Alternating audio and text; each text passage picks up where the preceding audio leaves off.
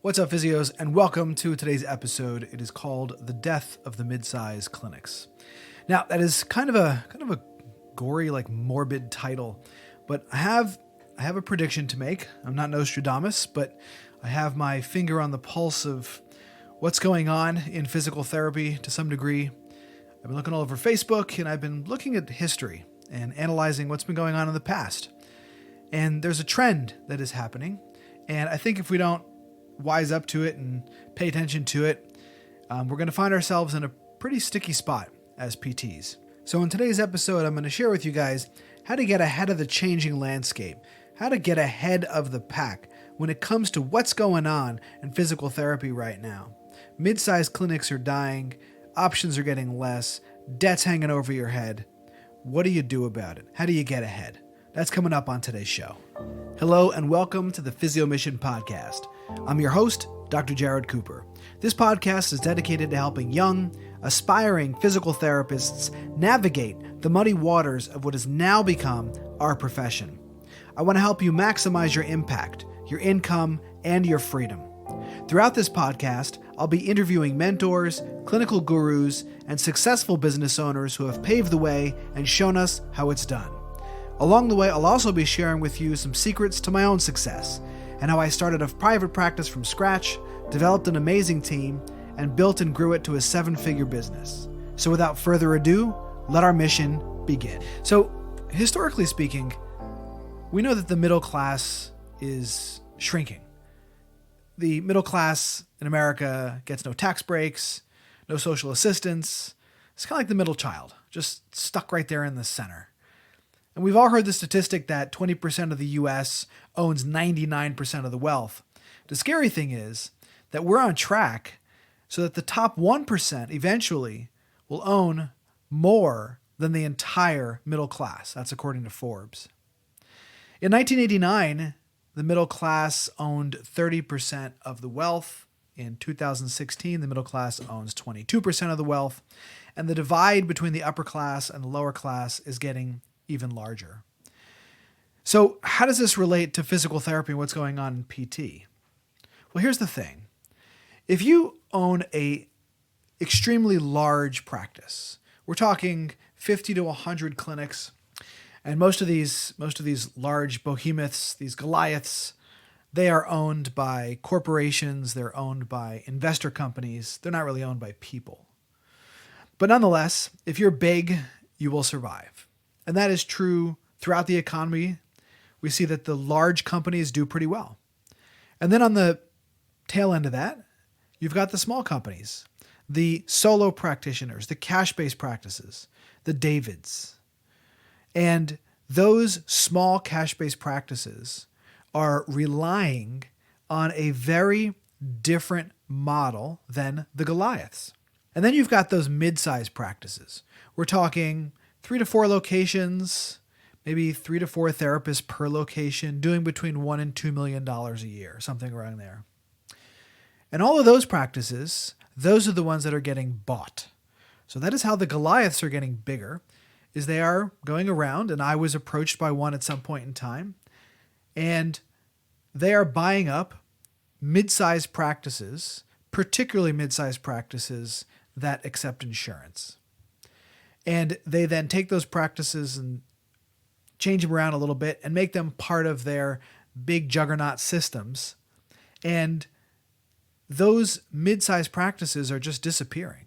I know in my area, I live in Madison, New Jersey, and around here, there used to be 4 or 5 mid-sized clinics, and now there are none.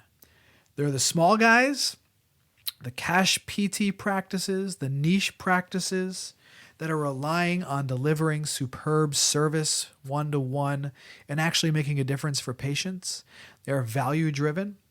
And then there are the big companies like Jag and Sports Care and Kessler and these big companies that have multiple locations and they're just playing a numbers game. How many patients can I push in and out of the mill so that I can earn whatever I earn per patient, don't care who gets better, who doesn't get better, so long as we keep churning the wheel.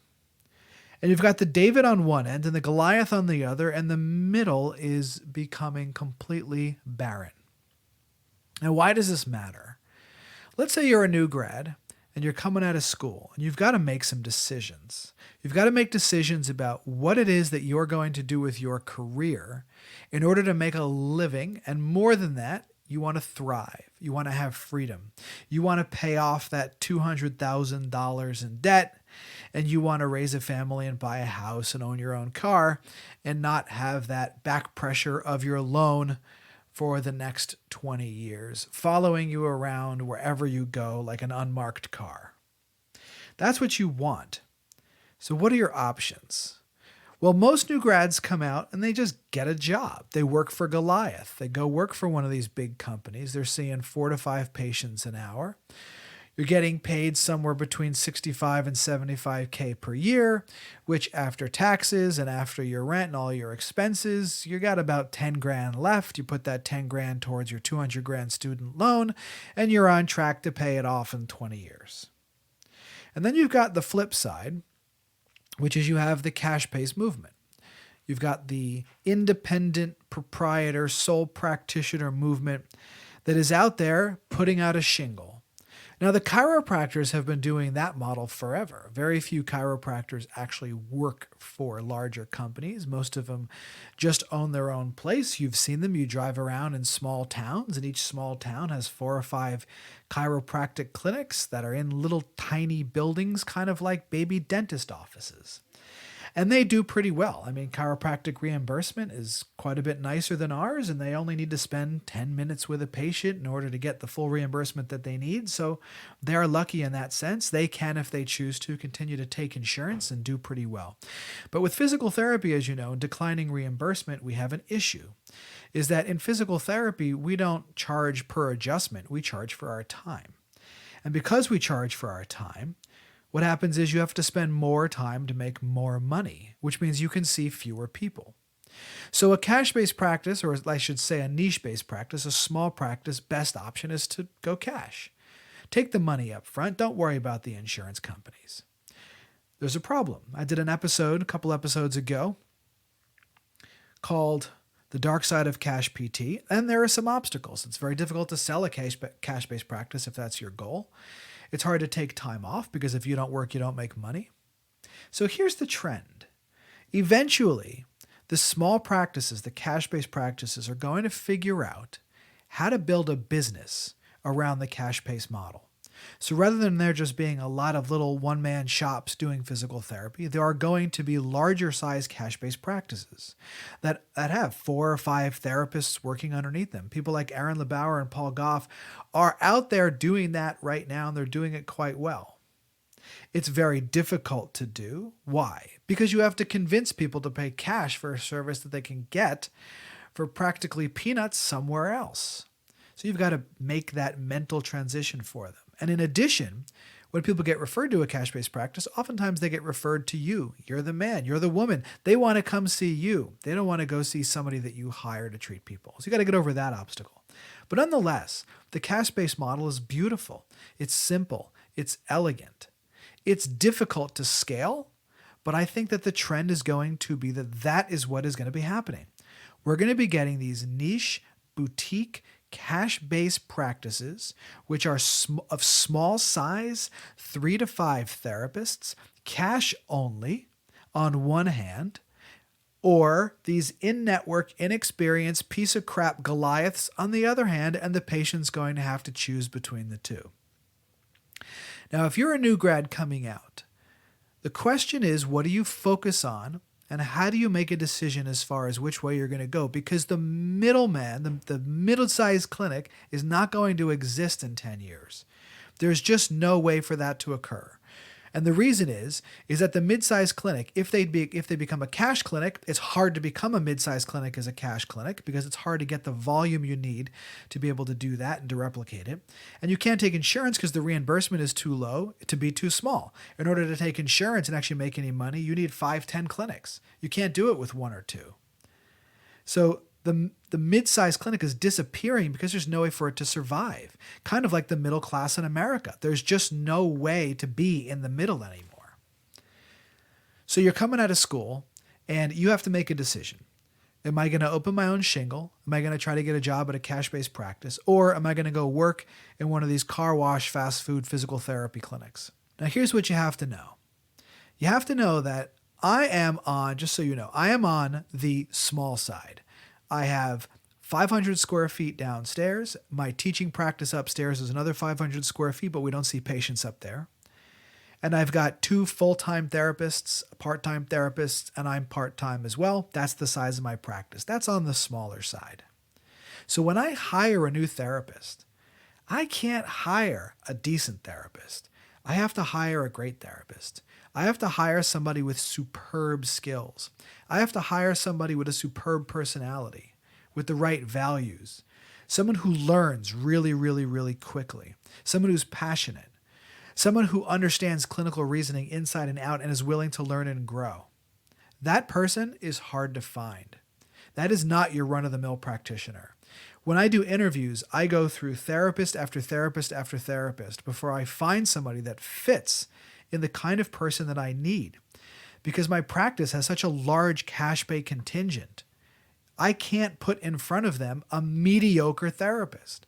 I can't even put in front of them a good therapist. They have to be great. Now, if you want to eat dirt and you want to go to an in-network practice and work for a Goliath, you can suck. It doesn't matter. You can be as good or as bad as you want to be. They're going to hire you either way. And if that's the direction that you want to go and you want to work your way up to middle management, maybe become a director, get 10% more money for twice the work, that's okay. But that's probably not you. If you're listening to this podcast, you're on the other side. You want to be really, really good at what you want to do. So here's what you need to do. You need to stop worrying about income. You need to stop worrying about income. And you have to start worrying about impact. You see, that $200,000 in debt or whatever it is for you hanging over your head makes you obsess over income, over how much money you're making.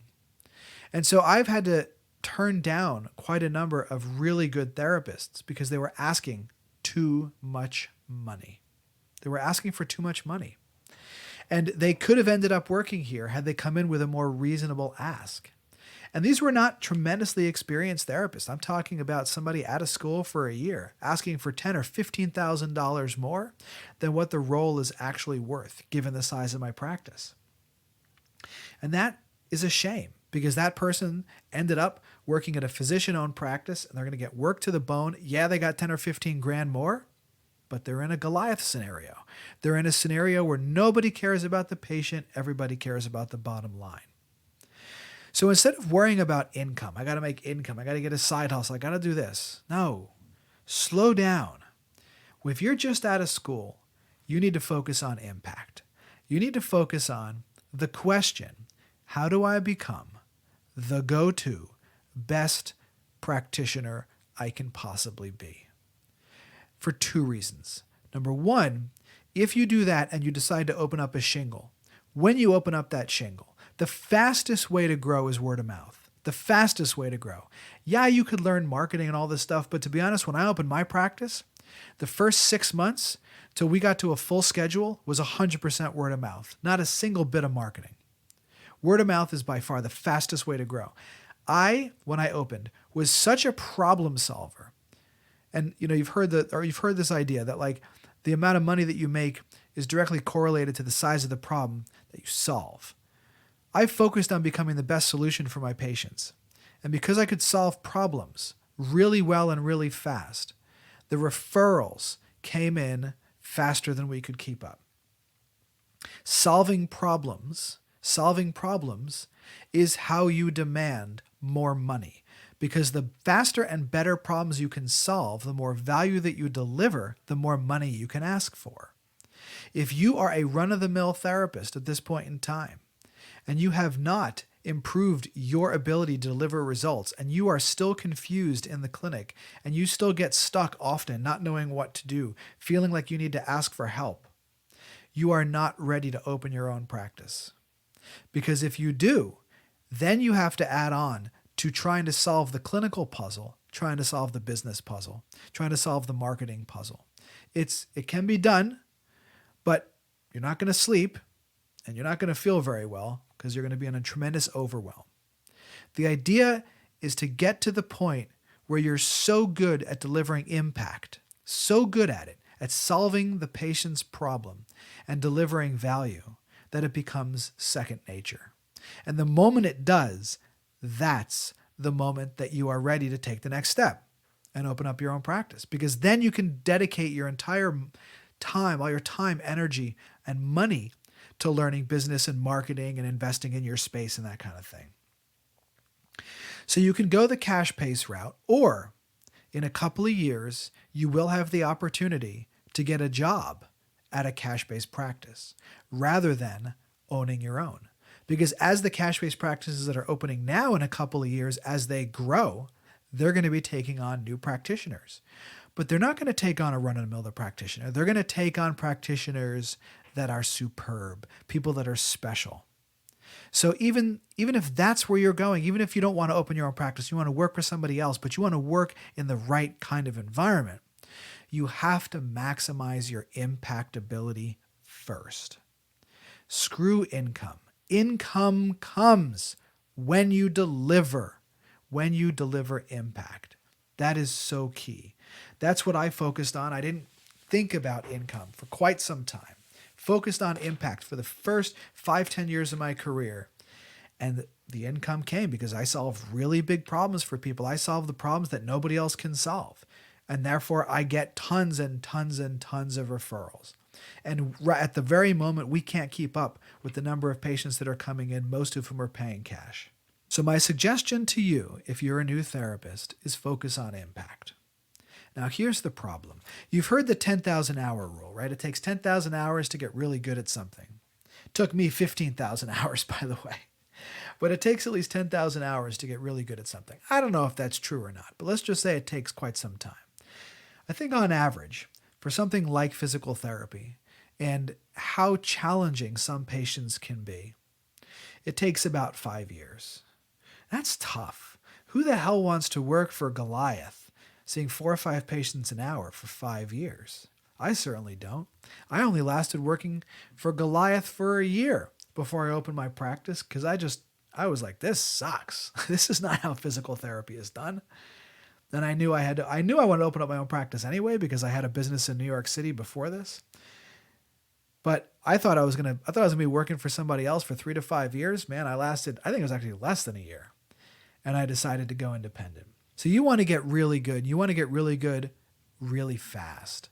You want to tap into something that is known as rapid learning.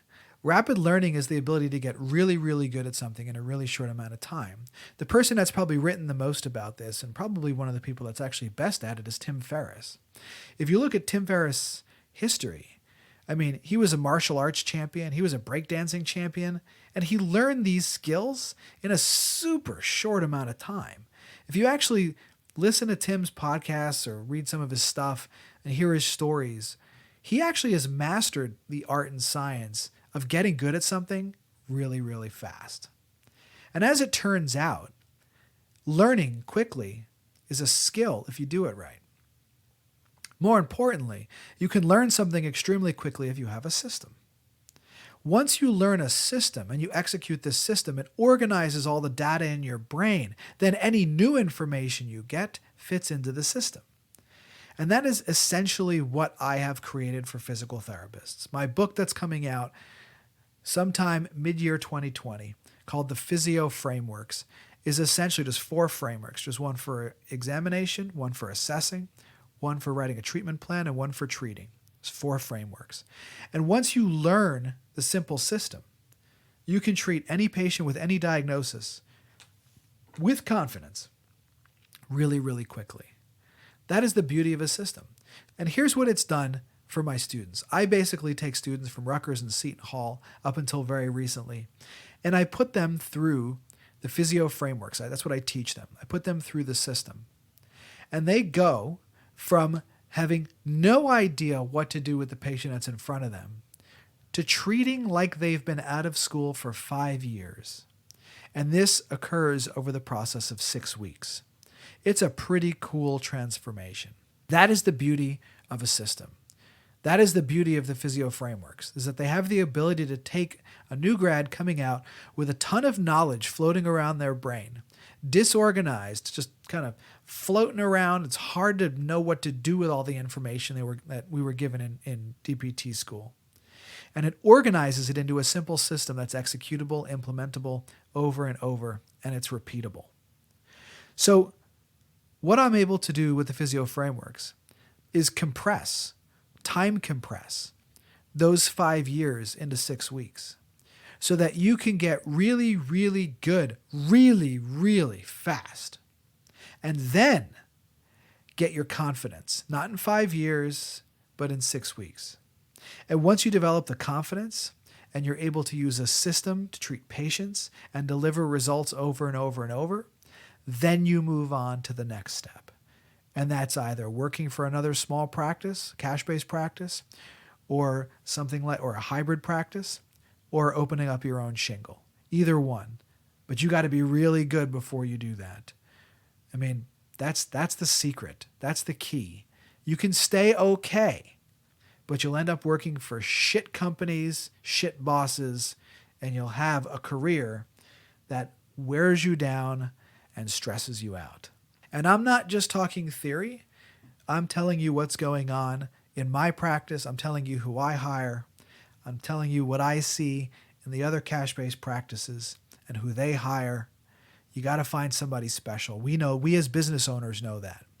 And so to become somebody special, you've got to utilize a system. So the death of the mid-sized clinics isn't necessarily the worst thing in the world. I actually think that the direction of healthcare is quite interesting, and the patient's going to have choices between quality and volume. And I think a lot of them are going to choose the quality.